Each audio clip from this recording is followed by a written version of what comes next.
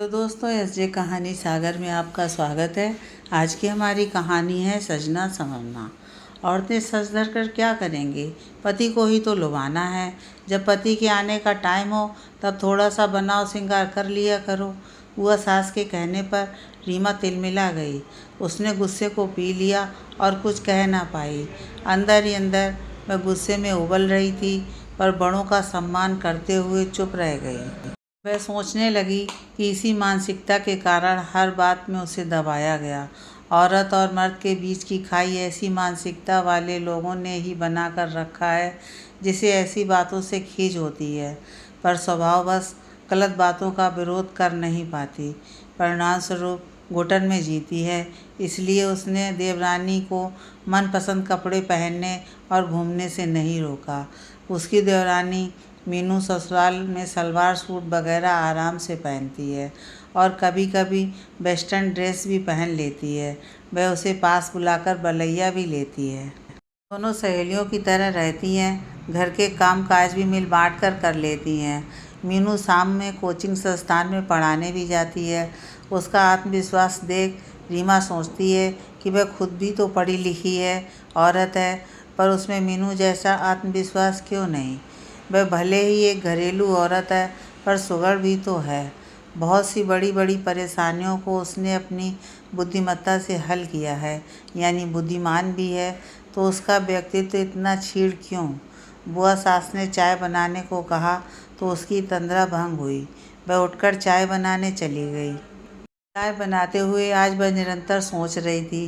विचारों के मंथन ने निष्कर्ष निकाल ही लिया। चाय बनाकर वह उन्हें देकर आई और अपनी अलमारी में रखे सुंदर ड्रेस निकाले, जिसे उसने खरीद तो लिया था, पर संकोचवश पहनती नहीं थी। आज हाथ मुंह धोने के बाद हल्का मेकअप किया और उस सुंदर ड्रेस को पहनकर टाइम देखा। उसने सोचा, अभी कोई काम नहीं है, बच्चे खेलने गए हैं, पतिदेव को ऑफिस से आने में देर है, सास ससुर गांव गए हैं, देवर देवरानी भी लेट से ही आते हैं। इस खाली समय में घर में यूं ही बैठे बैठे घुटन बढ़ जाती है, तो क्यों ना पास के पार्क का चक्कर लगाकर आया जाए। वह बुआ सास से पार्क में जाने की बात कहकर घर से निकली। बाहर निकलते ही उसे आज़ादी महसूस हुई। आज़ादी कुछ दकियानूसी विचारों से, तो कुछ परिस्थितिजन्य उभरे उसके कुछ विचारों से। पार्क में खेलते बच्चों की मुस्कान से उसका मन खुश हो गया। थोड़ी देर वहाँ बैठने के बाद उसने पार्क में घूमा और घर लौटते वक्त ज़रूरत का सामान भी खरीद लाई। उसे ताजगी महसूस हुई। घर में आते ही बुआ सास की भ्रुकुटी तनी हुई थी। उसने आज प्यार से सासू जी के गले में हाथ डालते हुए कहा, मनपसंद कपड़े पहनकर बाहर घूमने गई तो मुझे बहुत अच्छा लगा। मुझे पता है कि आप मुझसे नाराज़ होंगी, पर एक बात आपसे पूछूं? उसने मासूम सा मुंह बनाकर बुआ सास से पूछा। बुआ जी, क्या आपको कभी अच्छी सी साड़ी पहनकर मेकअप वगैरह करके घूमने जाने का मन नहीं करता है?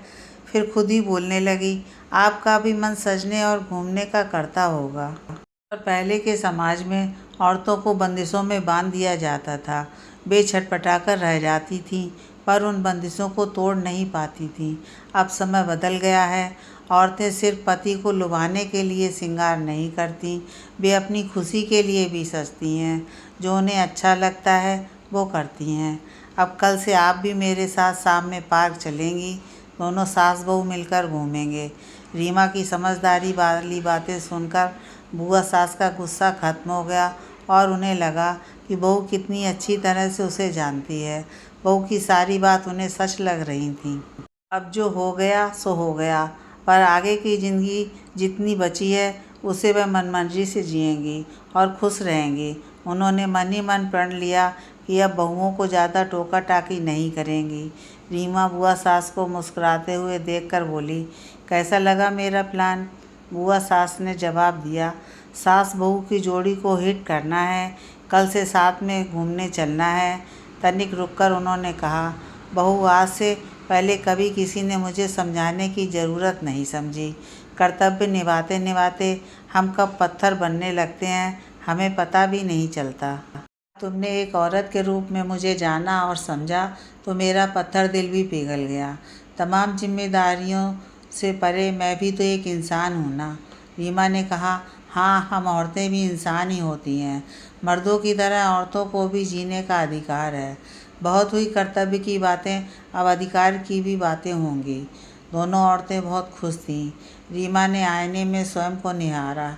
आत्मविश्वास तो उसके अंदर था ही, बस ज़रूरत थी उसे बाहर निकाल कर मुस्कुराने की।